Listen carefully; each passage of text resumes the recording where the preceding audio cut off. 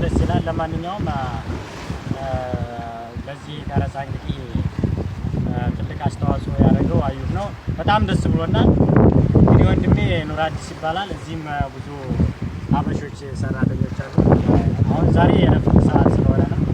ቦታውም ደስ የሚል በቃ ማራኪ ቦታ ነው። በጣም ደስ ብሎናል። ዛሬ ፈታ እያልን ነው። ደግሞ እንግዲህ ፌስቡክ ጭር ብሏልና ሰሞኑን ያው ጭር ያለበት ምክንያት ምንድነው ምናምን ብለን ስናስብ ያው ትንሽ ሊያ ደከም አለሽ መሰል ምንድነው እኛ እንግዲህ ሞቅ እናድርገው ብለን ነው። ያው ሞቅ እንደሚል እርግጠኛ ነን። ደግሞ ሁሉም የሊያ አድናቂዎች ናቸው ምናምን በጣም ደስ የሚል ምናምን እንግዲህ ቀረጻ ነው። እስኪ ወንድም ኑር አዲስም ስለ ሊያ ቆንጆ በጣም እንዲሁም ወደናታን የፌስቡክ አጋሮቻችን ናት። ያው እንግዲህ በቃ ዮኒ ማኛ አለ አይደለ በቃ በጣም